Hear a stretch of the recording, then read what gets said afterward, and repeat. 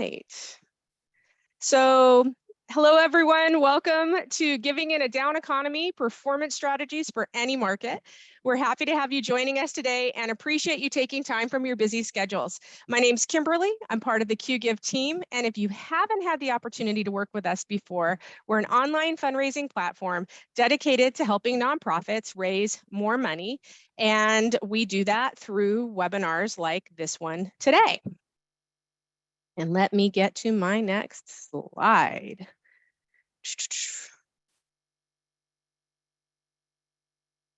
Oh, go. Technology, gotta love it.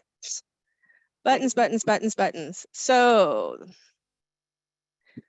I'm just trying to advance our slides. My apologies.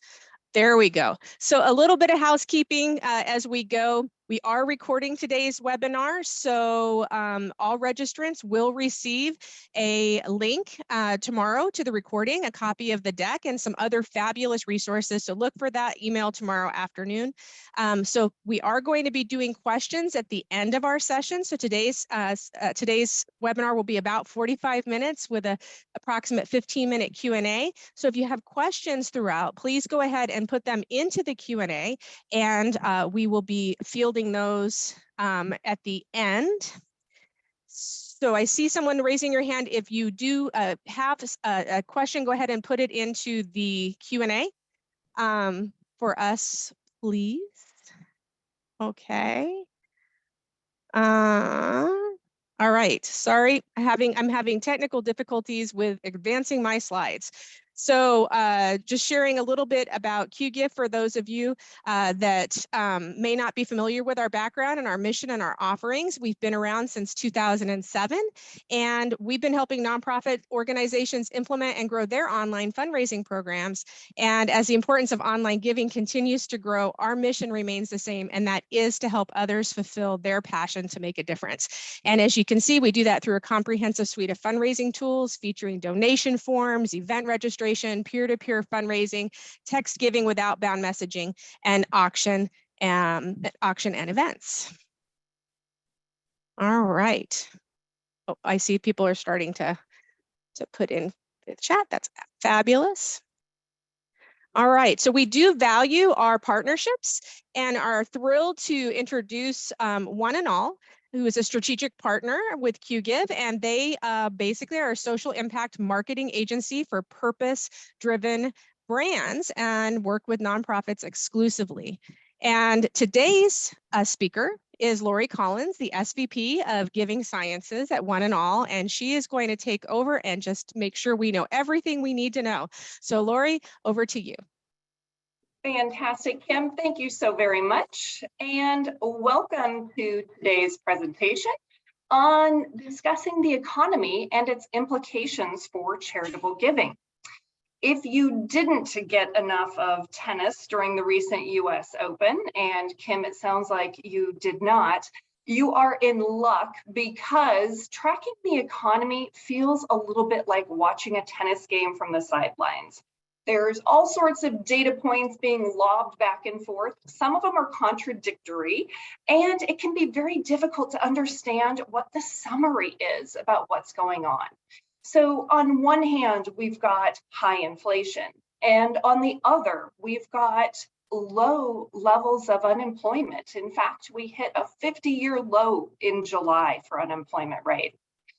On one hand, we've got a lot of turmoil in the stock market, and we're currently in a bear market, as you know, which just simply means that the market has dropped about 20% from its recent highs.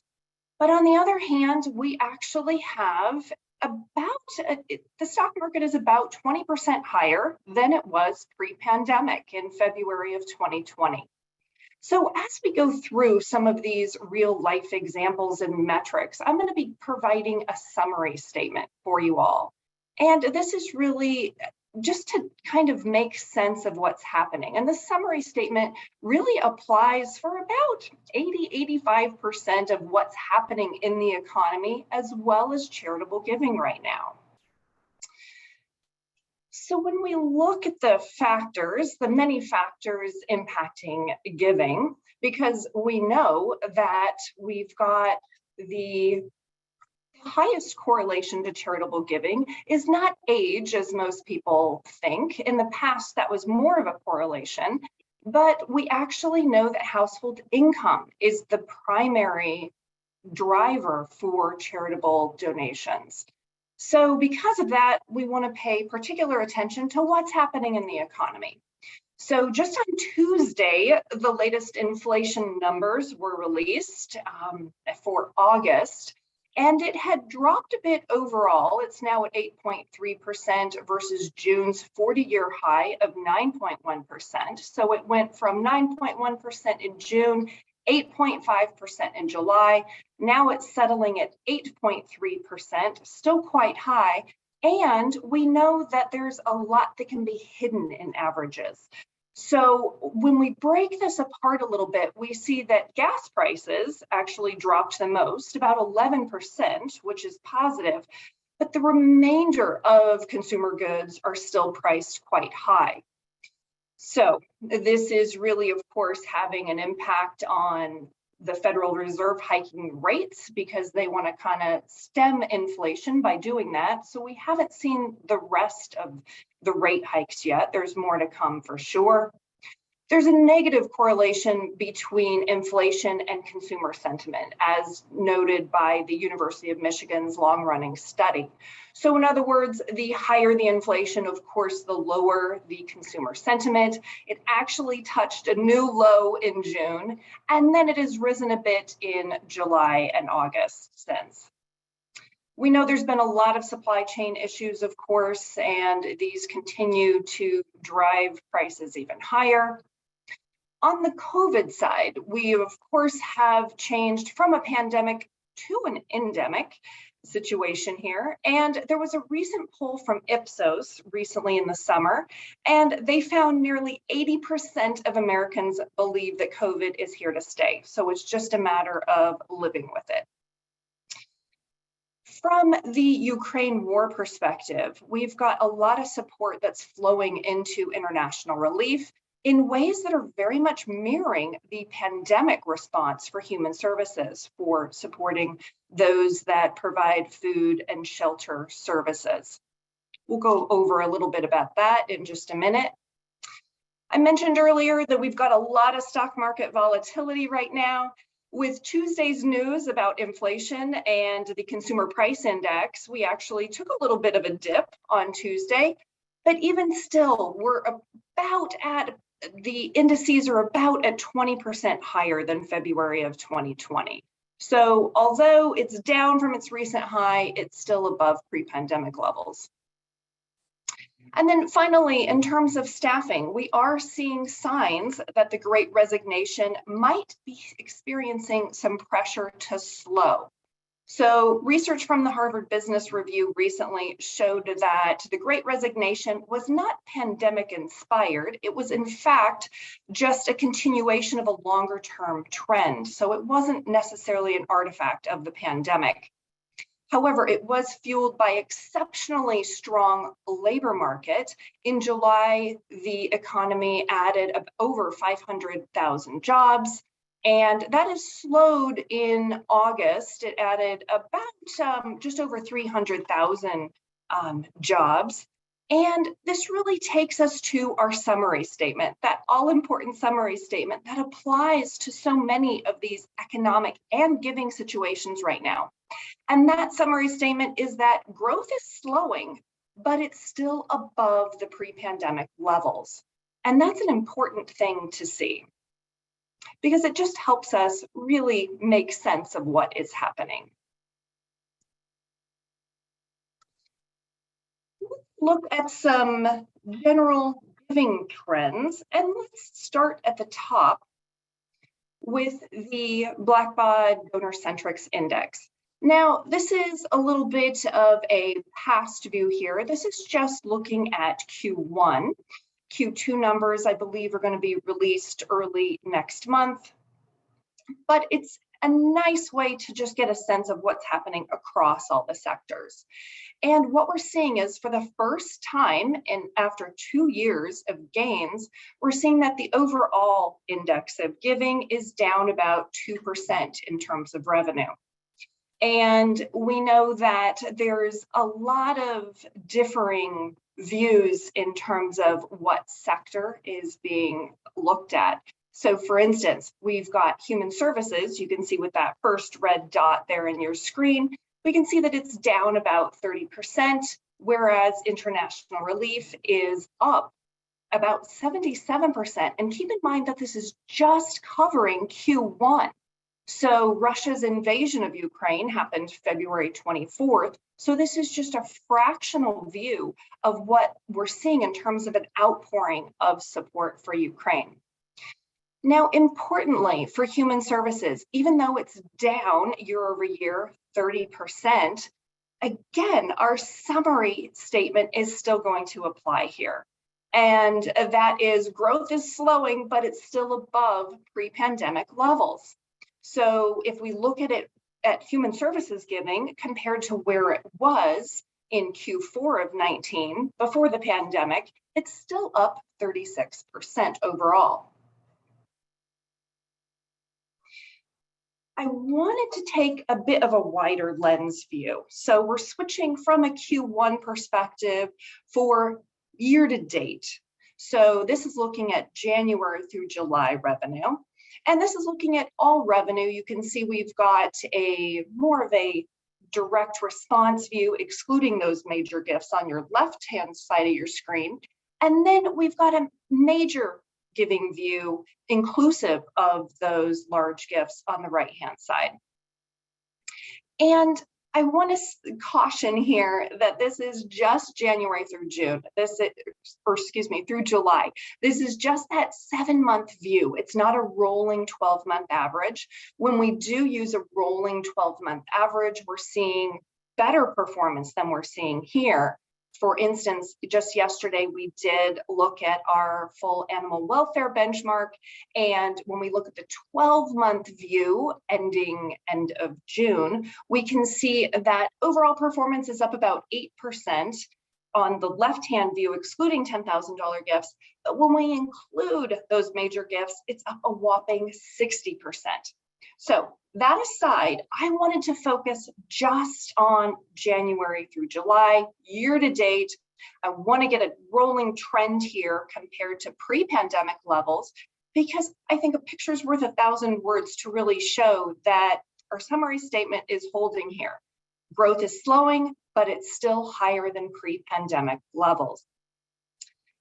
So this is all revenue. I'm going to switch to just a digital view, because we know that, of course, so many more donors were digitally responsive. During the pandemic, we saw some much more rapid growth in the channel. So I wanted to take a look at just those digitally coded gifts.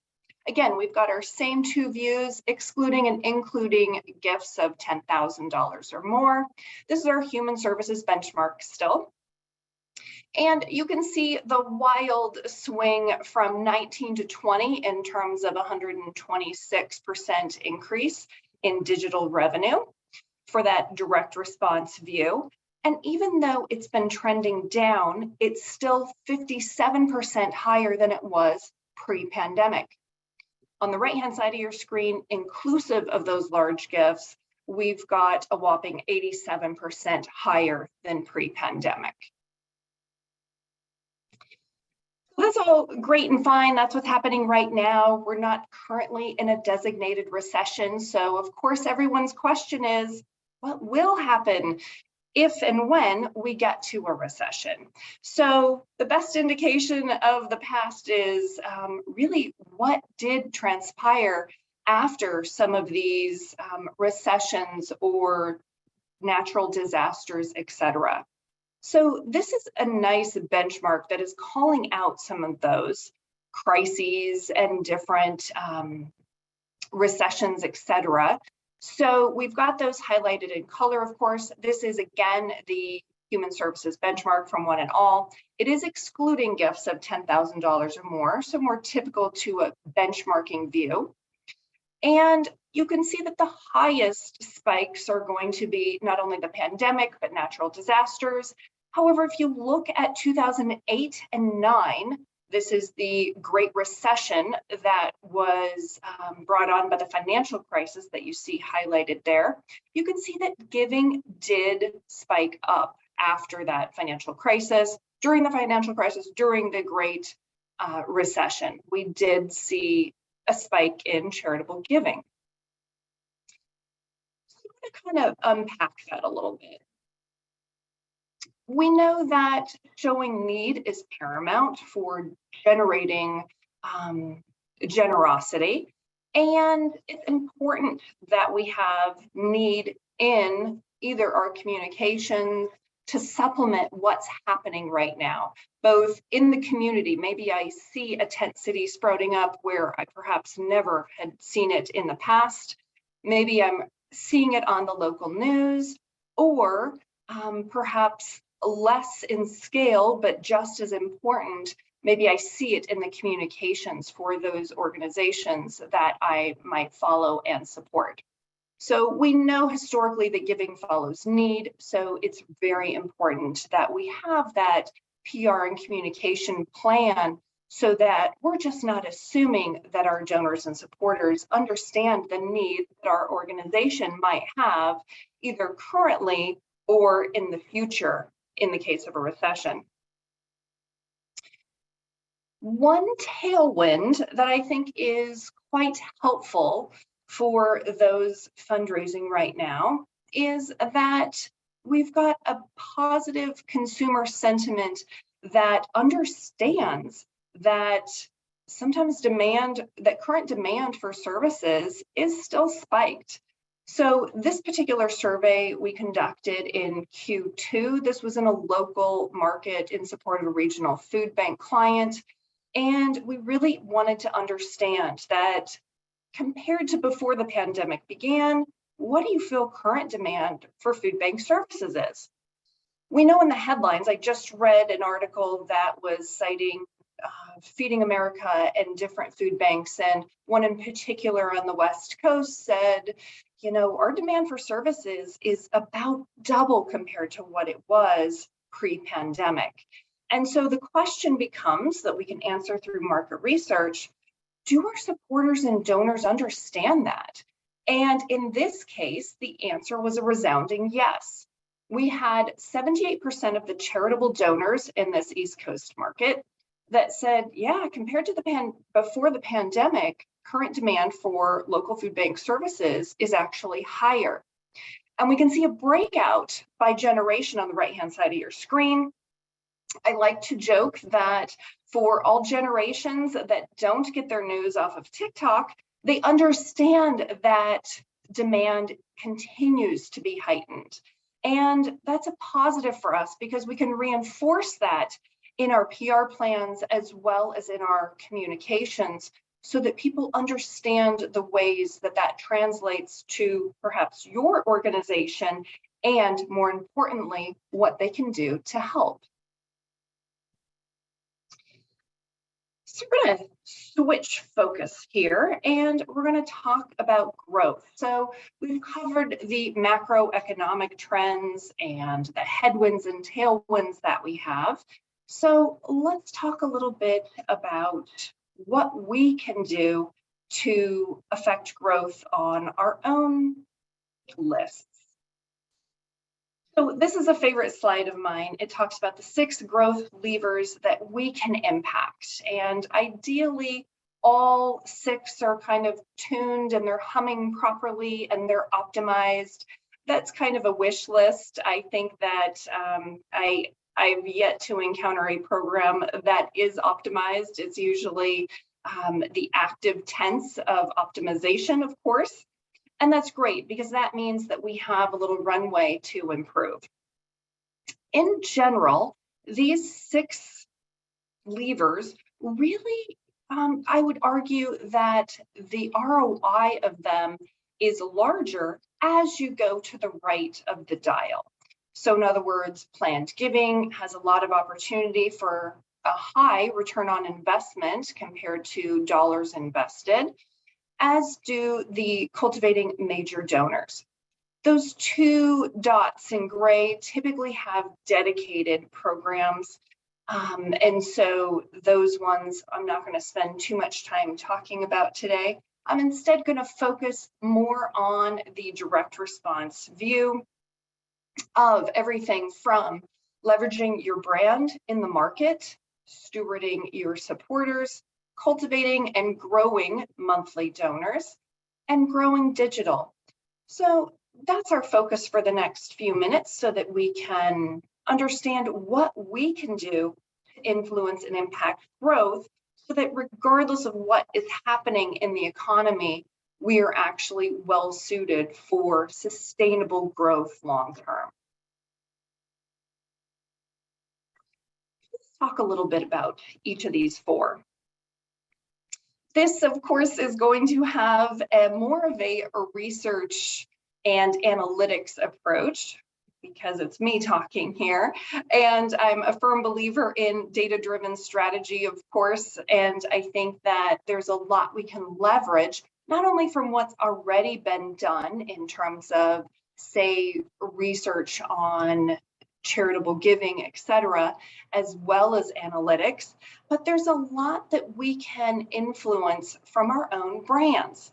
So for instance, speaking of impacting brand equity, I think something that I would ensure that all brands do as just a baseline level set is to understand and survey not only your market as well as your constituents. So those supporters that are perhaps already donating to you, maybe your volunteers, et cetera, to really understand how your brand compares in your own market or nationwide, but also to get a rank ordering of the services that you provide. I work with so many organizations that provide up to 20 different programs and services.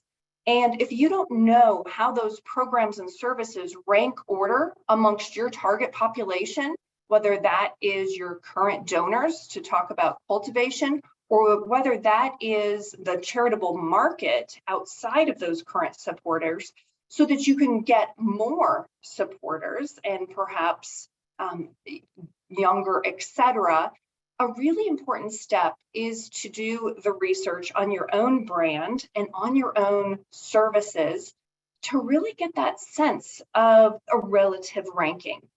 What different products and services are going to resonate to what segments, as well as overall. This really plays into a solid content strategy for not only PR, but just also community relations, as well as cultivating those active supporters. Here again, for the second box of building those relationships with active supporters, I do advocate that you're talking to those donors. It becomes a two-way conversation, of course.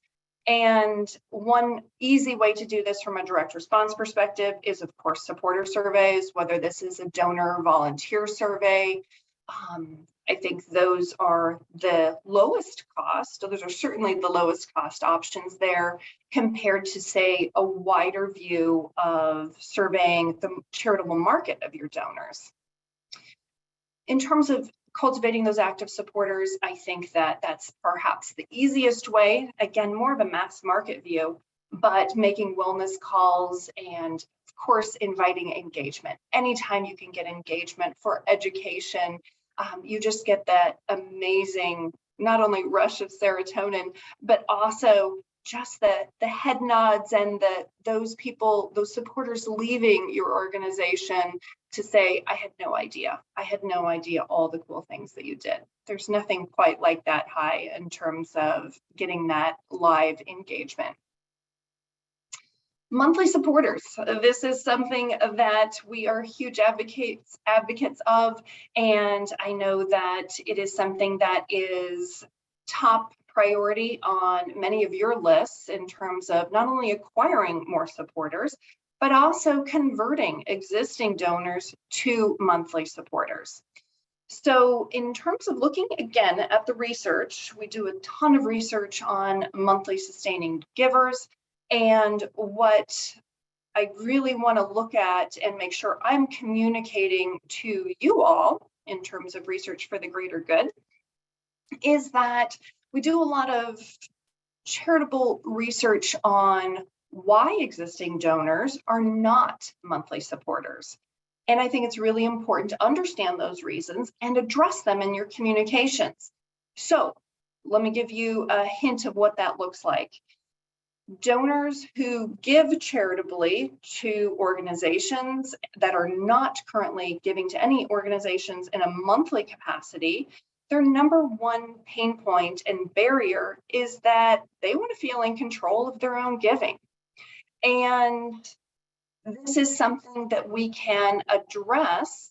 And in fact, when we do give them, those charitable donors, options of, hey, what would most likely incent you to become a monthly supporter?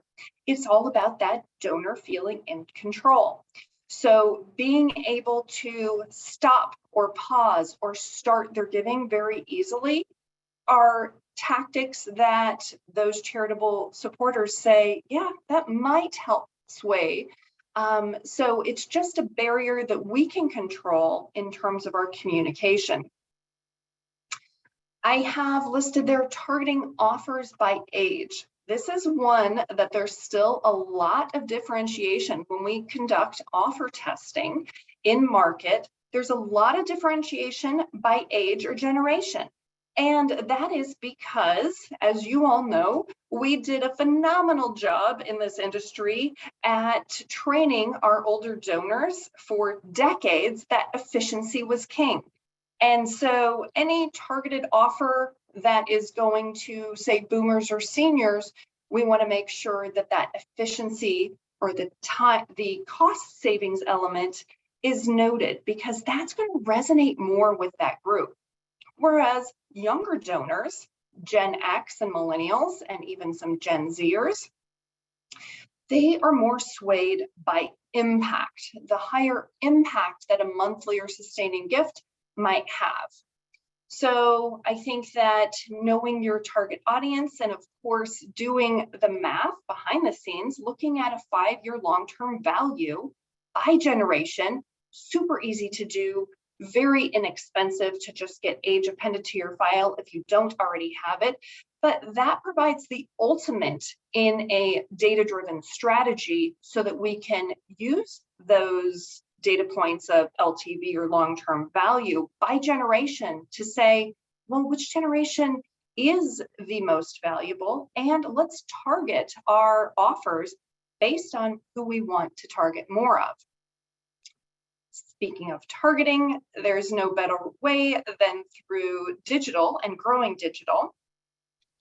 And when I talk about using data to create a 360-degree view and segmentation strategy, I'm going to switch my focus from market research to analytics, because I want to make sure I understand, again, the different donors' responses, and we can summarize that perhaps most succinctly by age. But I do want to caution that we think differently about some of these strategies. So we have to look at it from a promotional channel perspective in addition to a response channel perspective, because someone might be digital responsive, but they might resonate best with a channel of influence that is perhaps offline, such as direct mail.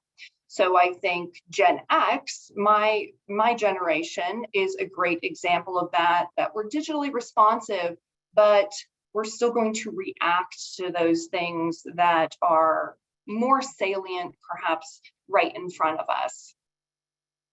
And there is, of course, you've seen the correlations to age, and, Generation X is right there, and the X marks the spot, ironically. So we want to have this integrated approach, of course, and we want to meet donors and supporters where they are. And I think that the data views can provide a big boost to that. And then if we want to take the corollary to that, we can, of course, develop target personas and et cetera, et cetera. The final thing that I want to note here is, there's a note of using a mix of platforms to drive both traffic and conversion. I think that this is a matter of making sure that your search and social and display are really kind of hitting all of those, not only traffic, but also conversion, so that we can drive awareness, etc. So those are our 4 categories that I wanted to make sure that we covered here today.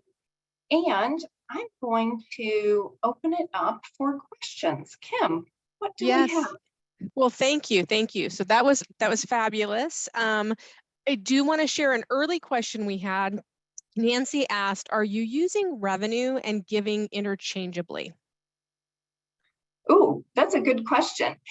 I happen to use the key performance indicator of revenue throughout a lot of those charts, because I think that we track it a few different ways. One, I like to look at the giving rates. So giving rates have been incredibly consistent over the last 11 years that I've been tracking it with my annual tracking study. So about 56% of Americans give charitably, plus or minus 2 percentage points. So, but it's interesting because the actual breakout by age does vary a bit, but on average, 56% of Americans give charitably. Now, the next step is really understanding how much. And so I do like to use the KPI or key performance indicator of revenue a lot. When you see me talk about my tracking studies, I do talk about the participation rate of giving. In other words, the proportion of any given segment that gives. But I also want to really understand their actual giving, because that helps me size the demographics. And we know that because of the increase in population for millennials, as well as how much more they're giving compared to past years, we know that they are giving the other 2 older generations a run for their money, both Gen X as well as boomers. Well, that's actually a really good segue into a question that Sun had dropped into the chat. How can we get data on age-targeted specification? Love it. So step number 1, if you don't have it already, is to append age to your file. It is something that is very cost effective. And in fact, if you have a super large file, you can even do some random sampling of it. But I would recommend for a couple $100 more that you just append age, exact age, to everyone on your file. Because speaking about charitable giving, there is no better predictor than age in terms of who's going to give, how much, how they prefer to communicate with your organization, and where they choose to give. All right. Well, it looks like a couple people chimed in that that's a hot answer for them too. Lee has asked, where can we find a real social media marketer? Ooh, a real social media marketer. I like this. I'm going to open it up to the group. Let's do a little crowdsourcing here. Who have you had great experience with? Anyone in the group? So yeah, go ahead if you're able to, and you have feedback on answering Lee's question of where you've had success finding a real social media marketer. Go ahead and put it into the chat, and we will kind of field those. While we're seeing if folks have some feedback on that, Katie asked a follow-up question. Is there a particular service you prefer for appending age? That's a good question. I'm not affiliated with anyone, but we've used several different data sources. And, you know, this is not a paid endorsement, but I will say that we've had good luck with Data Axle. They tend to be a lot less expensive than other providers. So hopefully that gives you a little tidbit there. She said yes. So for those of you, we do have a few extra minutes here. So if you do have questions, please go ahead and put them in the Q&A, and we'll get to them. Joe submitted, it is not professional but good budget help. We have had success with leveraging relationship with colleges for internships and social media. It assists them in getting experience. So that was the follow-up, Joe's recommendation on where to find a social media resource. I love that. Thank you, Joe. And then Jessica shared a link to whyforgood.com. Oh, good. Thank you. And of course, One and All provides social media marketing and strategies, but this is intended to be research for the greater good. I don't want to do too many plugs, but I have to give an obligatory, yep, we do that as well. And I think we do a really nice job at it. But for what it's worth, you've now got 3 different. And I'm going to throw a suggestion in there. If you're not familiar with Fiverr, FIVERR.com, you can go on there and find so many different services and help for different things. And they're just people from all over the world that can work on projects. So you might find something in there as well. I've had success. I use folks there for some database projects. It looks like someone else has used them too. So I'm glad it's a good recommendation. So switching gears for the moment, Blake has said, from a macroeconomic perspective, it appears that giving declined for a few years after each major US world event, Katrina, tornadoes in 2013, Harvey, but before another world event happened. And then giving increased again during that year.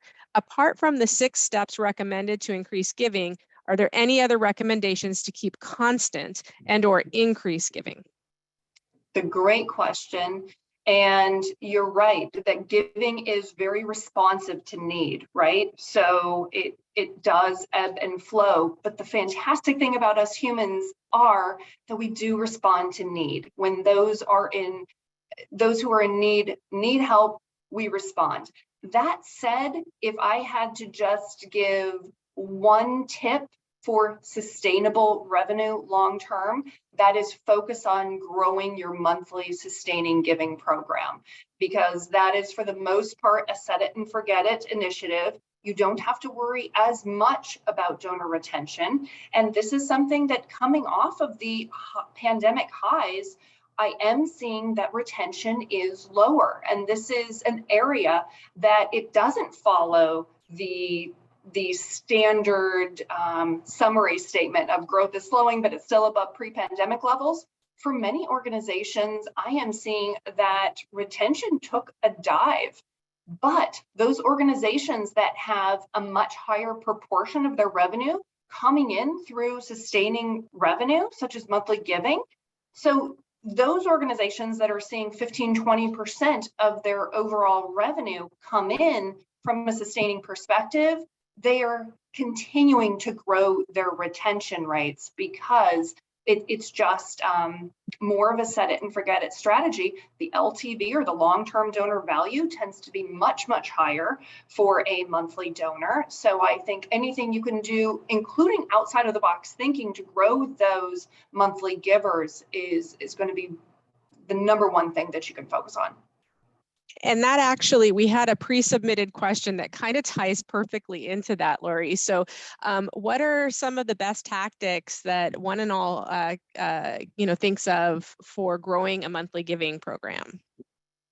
Yeah, I think that one that we've seen phenomenal success with from the animal welfare side of the house is face-to-face and canvassing. So this is something that feels a little different. For me, it harks back to the mall intercept days where, you avoid that, but we're seeing really good results with face-to-face recruitment of new sustaining givers.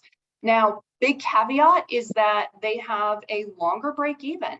It is a 18 to 24 month break even, but the 5-year long-term value is phenomenal. The ROI is phenomenal once you hit that break-even point. So that's one of the areas that we really focus on. But again, if there's any crowdsourcing here, I'd love to hear others' perspectives.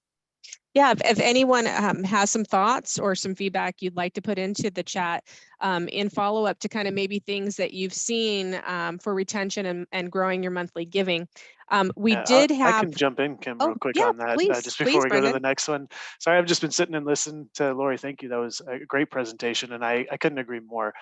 Placing an emphasis on your sustaining givers, your recurring giving in general, will certainly help you withstand any future issues or disasters that come across your organization's plate.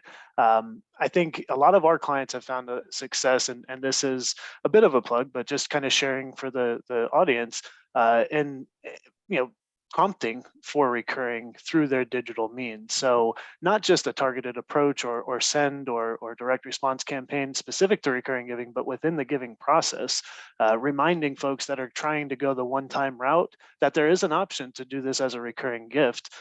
We've seen huge increases in our clients that are able to use the functionality that we have to really what we call nudge those folks into the recurring giving road, that path forward. So just another tidbit to take back and see if it's something that you all can implement with the tools that you're using, and certainly something we can help with as well.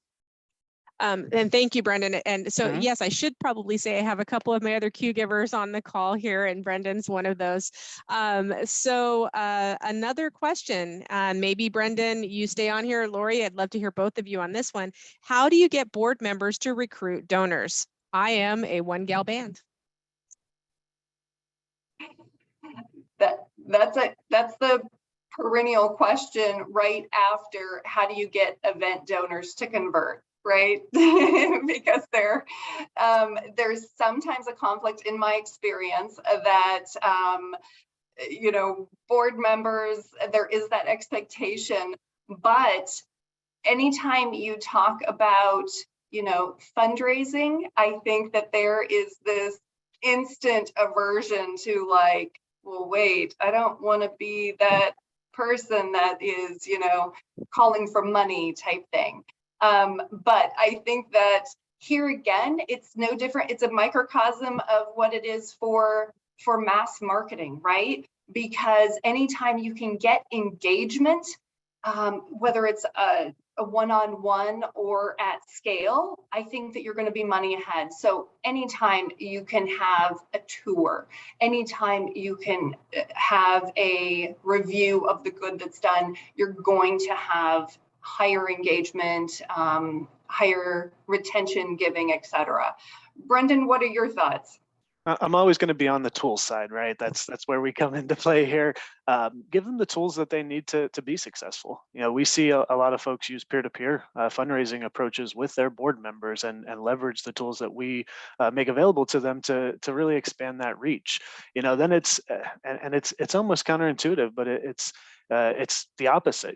While you're saying, Lori, to give them the opportunities to engage in person and have those connections, this kind of puts them into a more comfortable place to reach out via technology and tap into their network and their existing relationships that they have via peer-to-peer solutions. So I think, in addition to those opportunities, I think mixing it up and having both the tools to do more of the broad approach, shotgun approach, if you will, and then the more specific would result in I think, at least I hope, an improvement. But then I'll also tap into some other advice that we've gotten from other speakers that we've had over the years and say, if your board members are struggling with fundraisers, you might need some more fundraisers. With fundraising, you might need some more board members who are willing to do that fundraising. So there's always that, assessing who is on your board and making sure that it's the right folks that are there for the right reasons. If your expectations are that they're going to bring in donors and donor dollars, then that should be met. And I think that's any good board member's duty to fulfill that and be a part of that mission. Thank you, Brendan. Now, Joe did chime in and said, we have a monthly give or get program each board member has to hit per year. We emphasize the idea that saying, hey, get 10 people who give $10 a month, and that all contributes to a give or get. Taking the larger annual goal and drop it down to monthly benchmarks. That's where we have found success coupled with peer-to-peer tools, QR codes, and making it more passive asking. I like it. I like it, Joe. If anyone else has some suggestions to put in there, we'll jump to another actually Joe comment. Is there any data on the success or lack thereof anymore of call soliciting? We've all gotten them before, but are they still a thing? I'll start with that. I think that in certain applications, calls are very, very successful still. And fun fact, everything old is new again. The youngest generations are actually resonating with phone calls, good old fashioned phone calls, more than us older folks. So I think, we all have this sense that, telemarketing is invasive and it always happens during dinner time and stuff like that. But it's really a novel application for younger donors. So I think in terms of acknowledgements, in terms of sustaining conversion and lapsed reactivation, those are three elements that we've seen a lot of really fantastic results for telephone outreach. And it looks like a couple folks have chimed in. Courtney says that they're still having great success with telemarketing. And Katie shared that they've seen calls used for thankathons to warm up people for donation appeals. So absolutely, it looks like it's still a thing. And I'm going to say, as a marketer, I want to make sure that people realize that direct mail is also a thing. So I'm just going to say it if you didn't, Kim. A multi-channel approach here. That's kind of my thing. So I don't know if you want to chime in on that one, Lori, but we've talked about phone calls. We've talked a little bit about some of these, tactics, but direct mail, anything else you'd like to maybe have people chime in with? Katie said she'd definitely prefer getting actual mail instead of a phone call. I'll jump in real quick. Hey, Kim, I'll jump in real quick regarding, as far as personal phone calls are concerned. Never underestimate the power of a personal phone call after a donation is made, especially to your first-time donors, because first-time donors are going to realize real quick that, hey, this organization really appreciates me, regardless of the amount. They're a first-time donor. That's a way to cultivate them. So don't ever underestimate how important that is.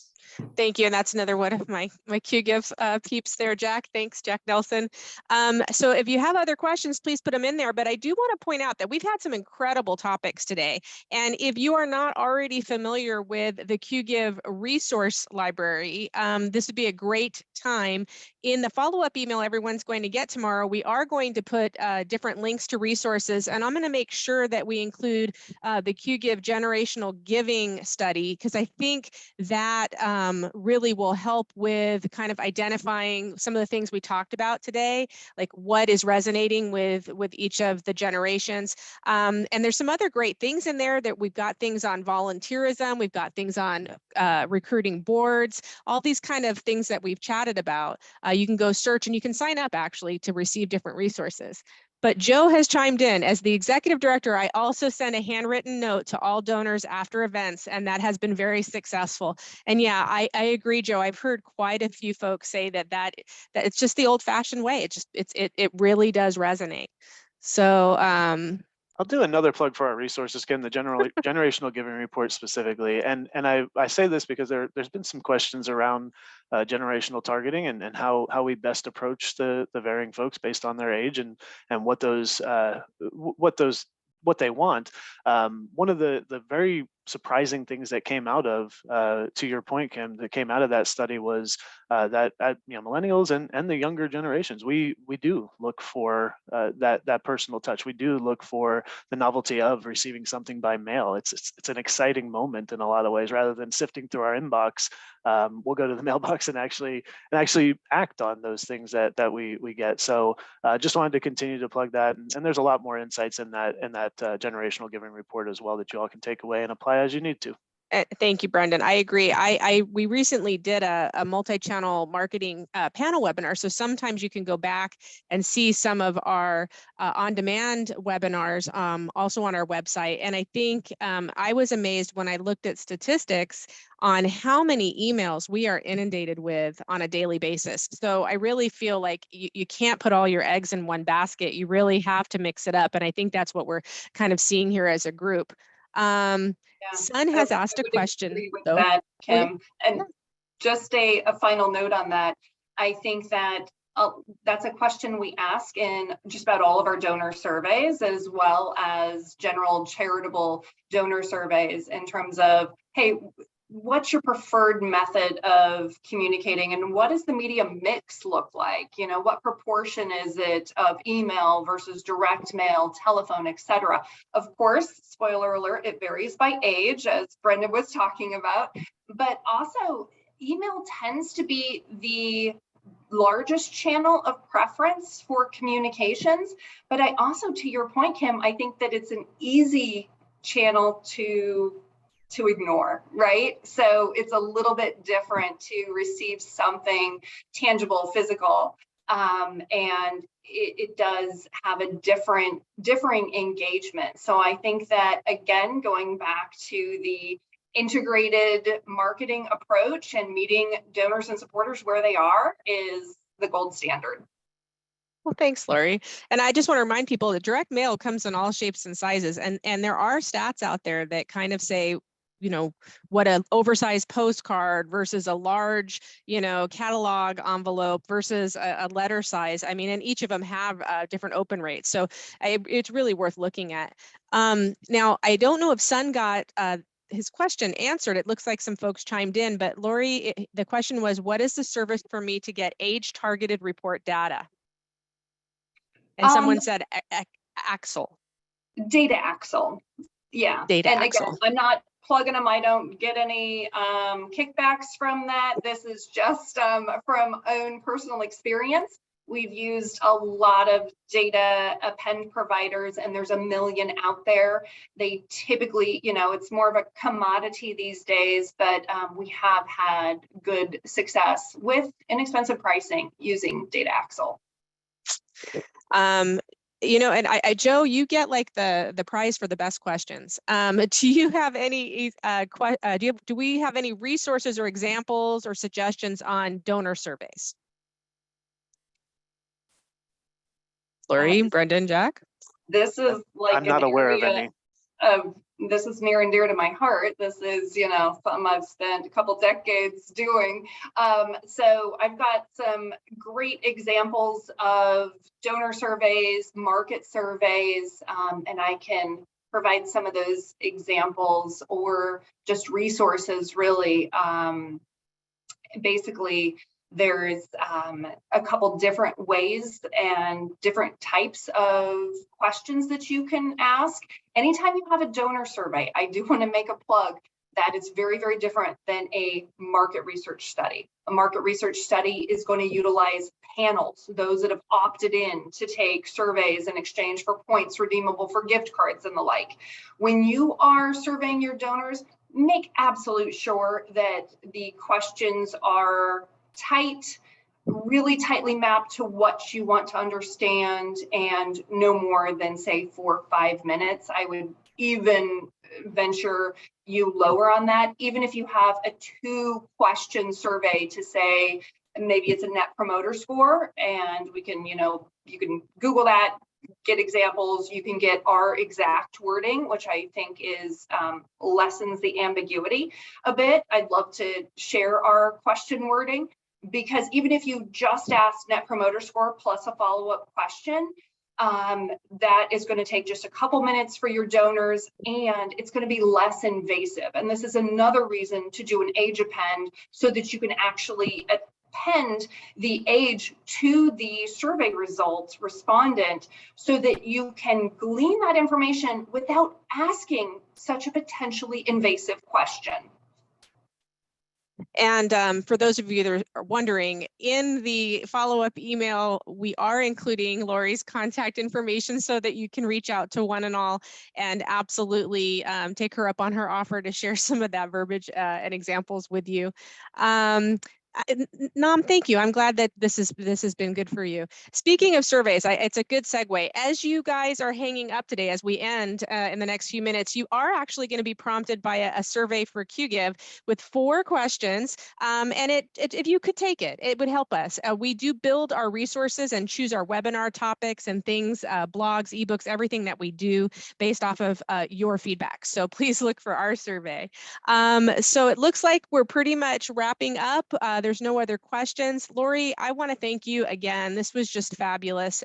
Great information.